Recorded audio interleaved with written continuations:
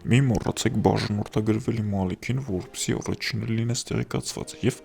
սեղմեք զանգակոճակին, որպեսզի նորությունները բաց չթողնես։ Մինչև վերջ դիտիր, շատ կարևոր է, սերիալում գրքերը ավելի են թեժանում, այս խառը պահերին Գրիշոն գնում է Մանանին տեսնելու, սիրո խոստովանություն է անում, Գրիշոն Մանանին ասում է, որ